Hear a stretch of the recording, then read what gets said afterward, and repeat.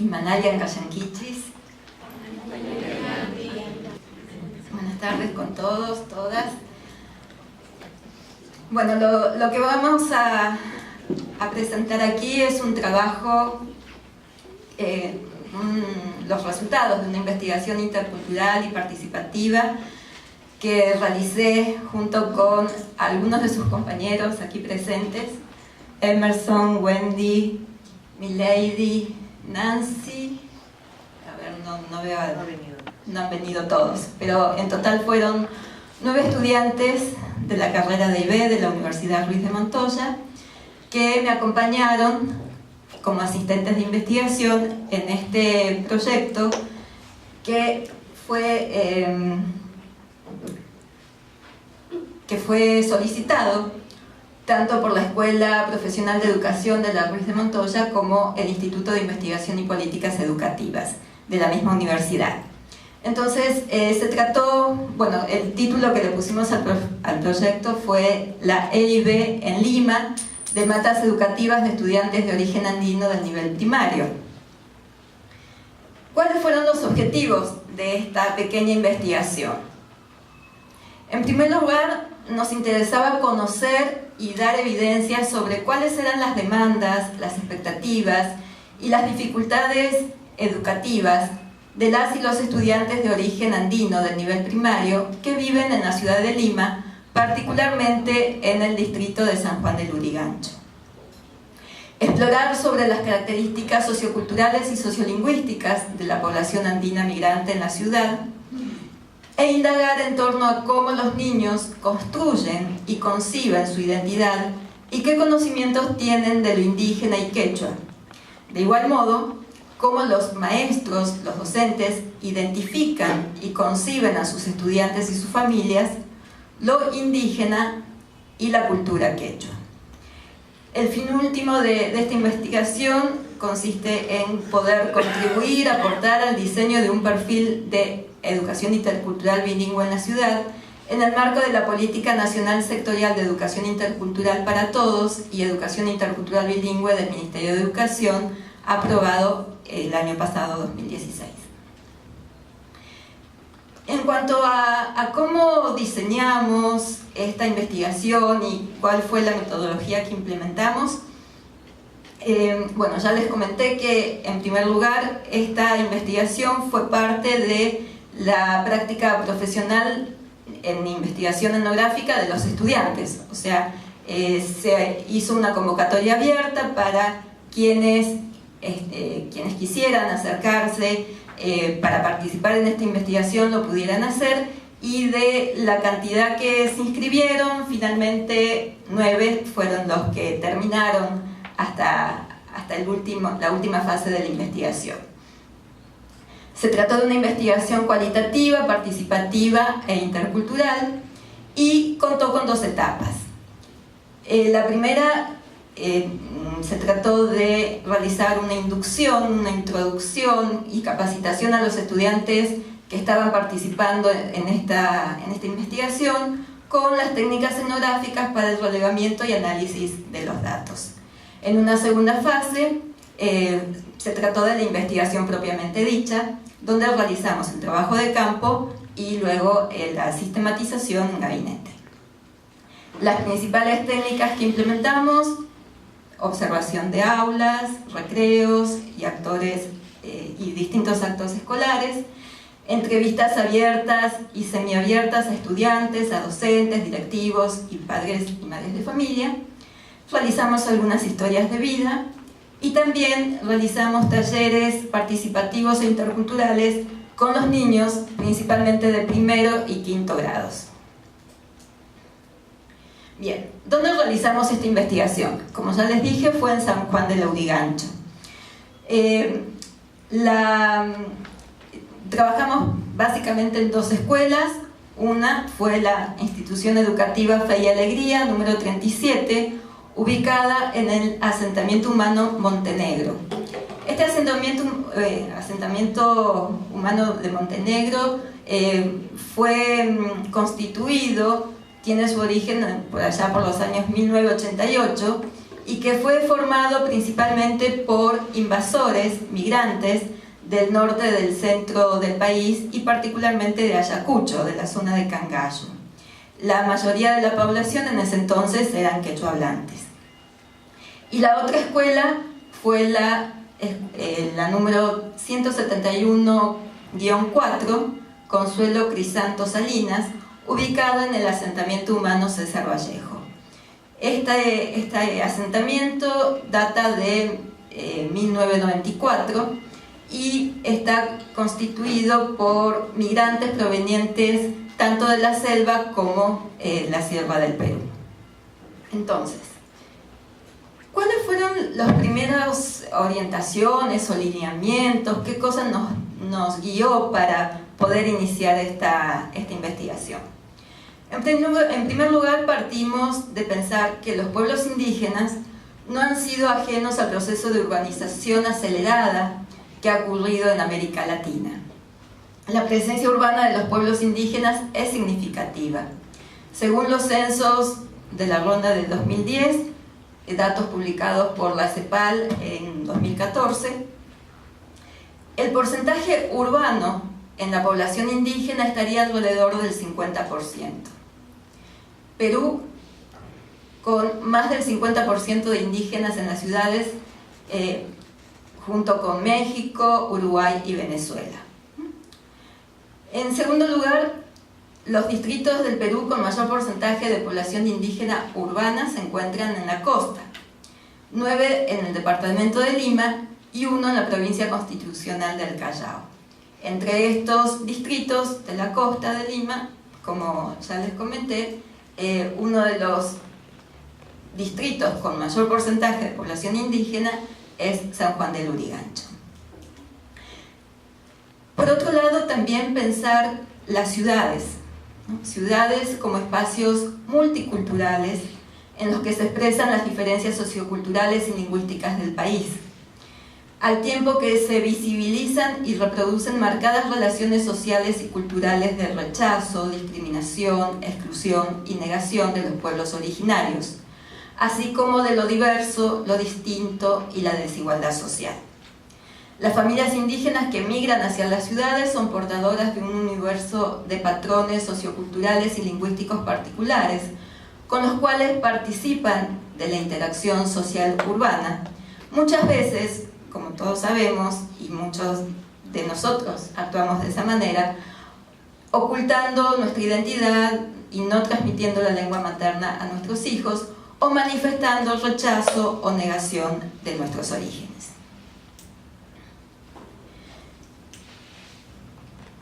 ¿Con qué problemática nos encontramos entonces en estas escuelas, en estos asentamientos humanos de la zona de San Juan del Lurigancho? Por un lado, planteamos que estas escuelas urbanas que atienden a niños y niñas de origen andino o indígena no adecúan su currículo a la atención de la diversidad sociocultural y lingüística.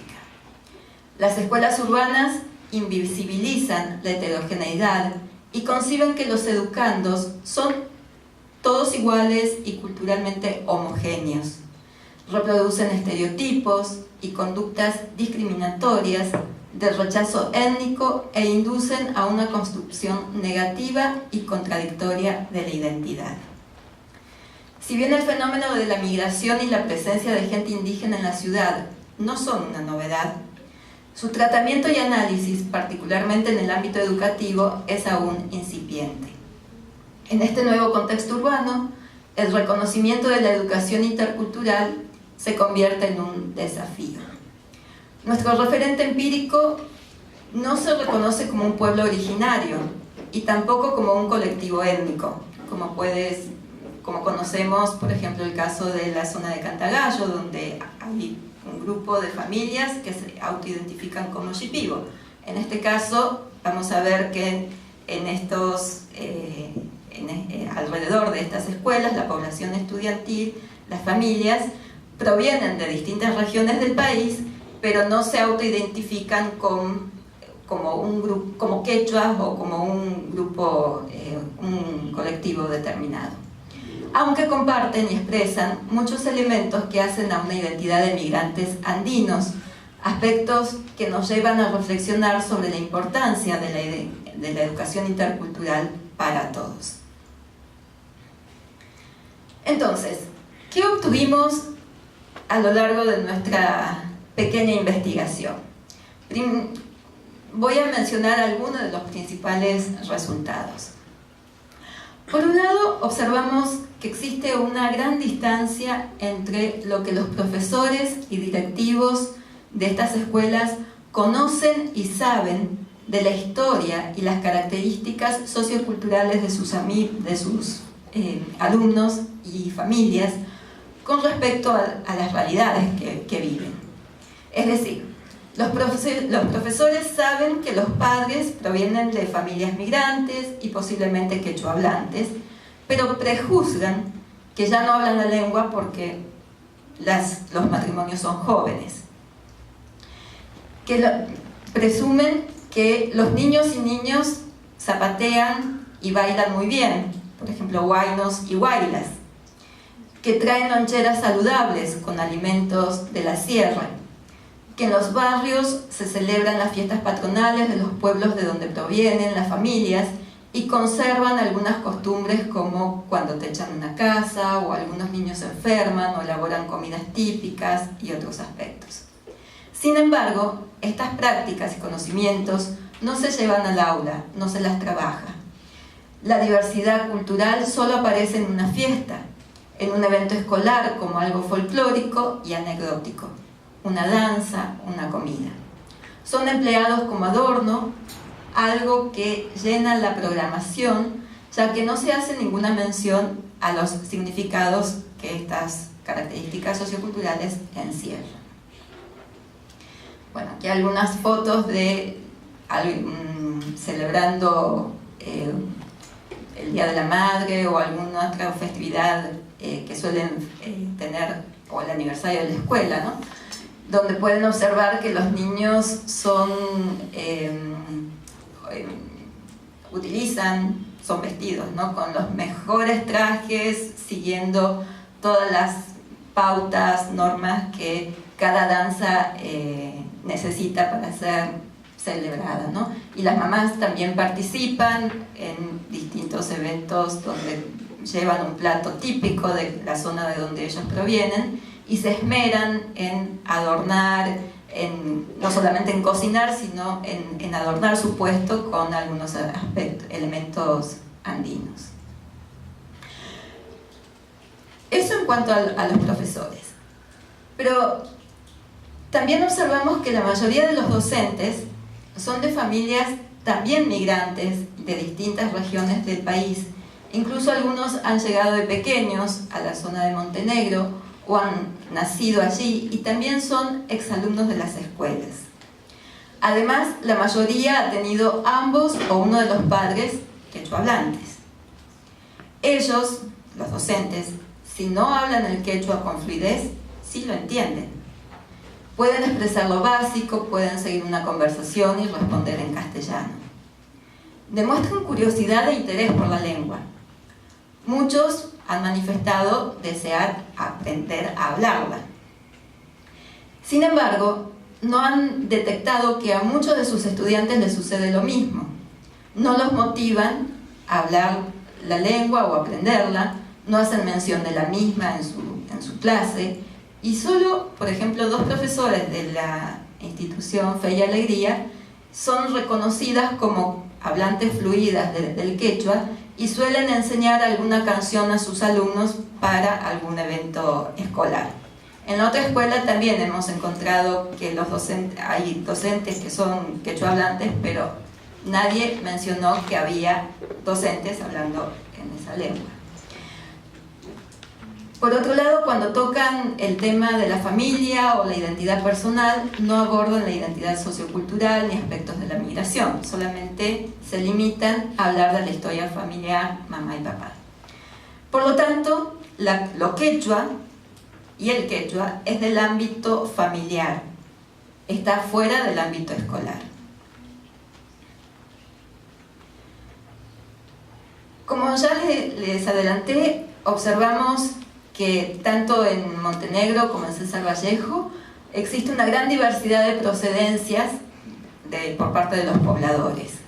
Quienes no son descendientes de los primeros invasores llegaron a los 15, 18 años de edad porque un familiar los motivó a venir a Lima por trabajo o por estudio. En el caso de las mujeres particularmente, algunas se regresaron enseguida, otras se quedaron y otras volvieron ya casadas. Llegaron a otra localidad de Lima y una vez que se casaron se fueron a vivir a San Juan de Lurigancho como invasores o en algunos casos lograron comprar un terrenito. Para la mayoría su lengua materna no es el castellano. En el caso de las mamás que hemos podido entrevistar, hemos observado que las mujeres conservan y usan su lengua, no así los varones. Y las mujeres o las mamás han manifestado que les encantaría que la escuela enseñara quechua, aún aquellas que no son quechua hablantes. Otro aspecto que también observamos, revisamos, son las diferentes afiches, de qué manera la escuela se presenta, ¿no? Y bueno, acá he puesto algunas fotografías de algunas imágenes que adornan, que acompañan las aulas y también en los patios, ¿no? Con imágenes y representaciones que no reflejan la población peruana y mucho menos la de San Juan de Lurigancho. Y podemos observar de qué manera están reproduciendo estereotipos. Por ejemplo, la imagen que ustedes tienen a la izquierda corresponde al Día de la Madre y en ambas escuelas estaba presente esta imagen con una mamá rubia besando a un bebito blanco, ¿no? Ojos celestes y alado, ¿no?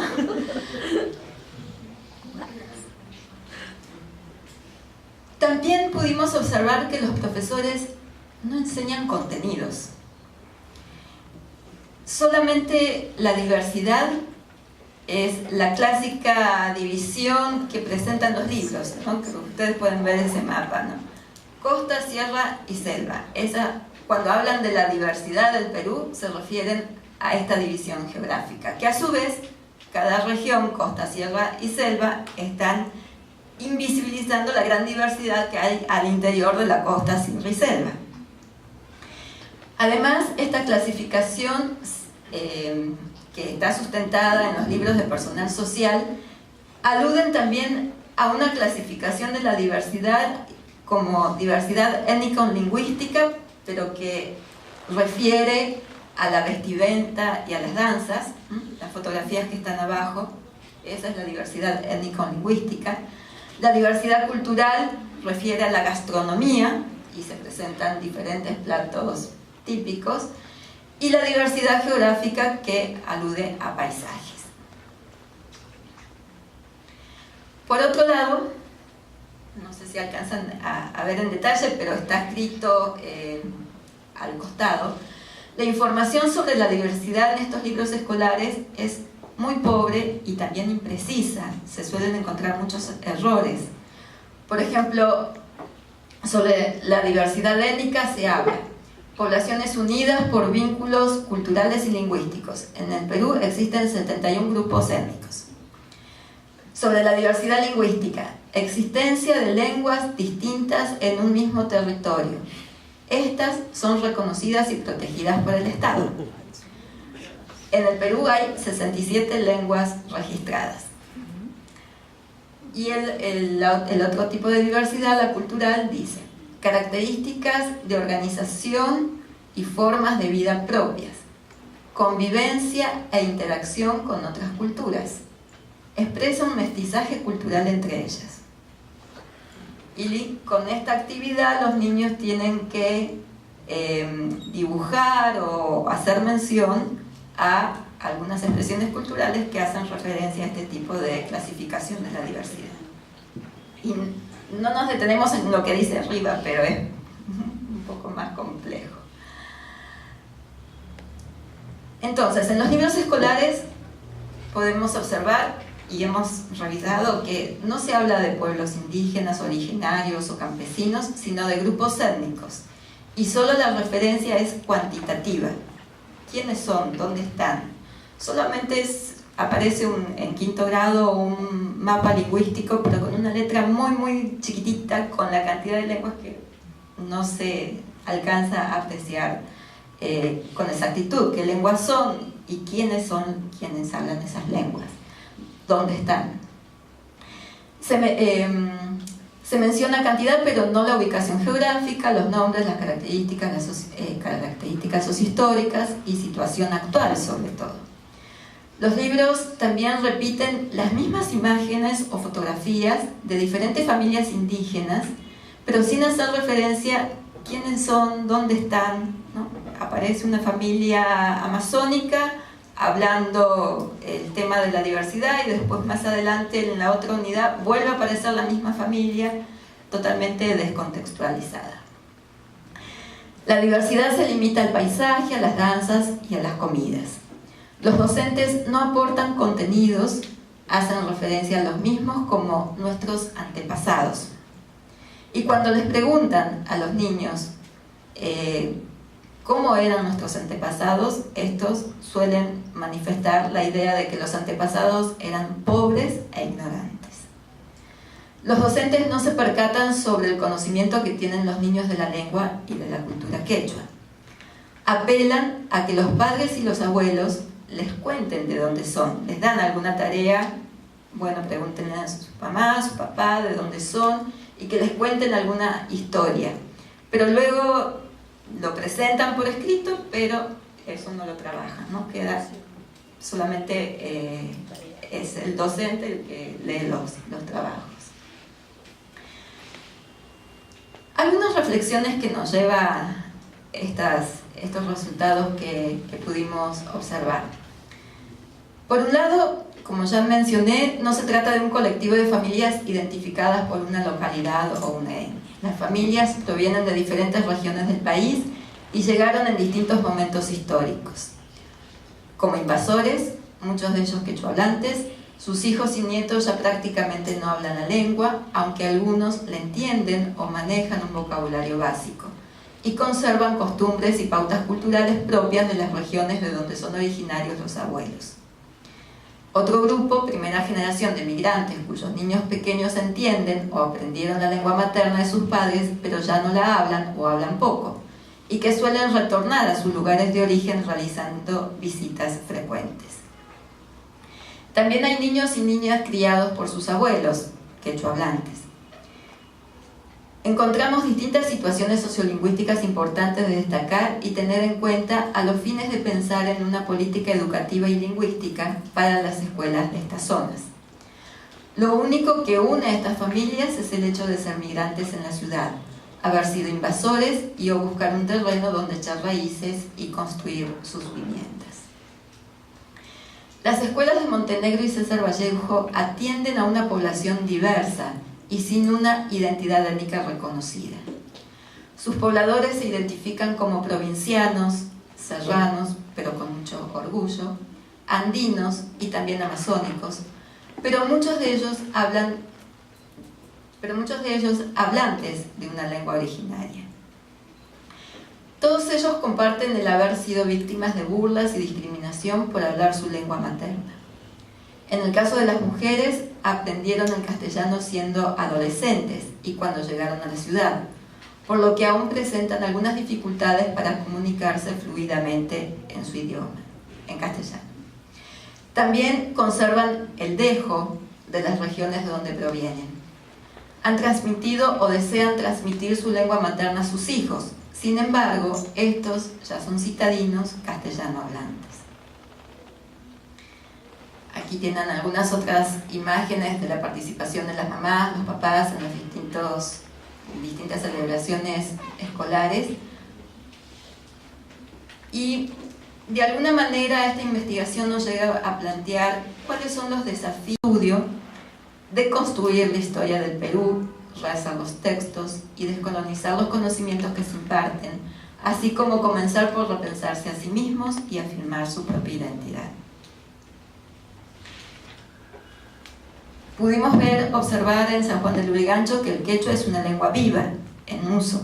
Aquí la participación de los estudiantes asistentes de la investigación ha sido fundamental, porque justamente ellos, siendo quechua hablantes, son quienes realizaron las entrevistas con las mamás, los papás, y pudieron dialogar en quechua, y ellos mismos manifestaban que al principio se negaban a hablar, ¿verdad? Se negaban, y que cuando ellos insistían, el quechua iba aflorando y la cosa cambiaba la situación, ¿no?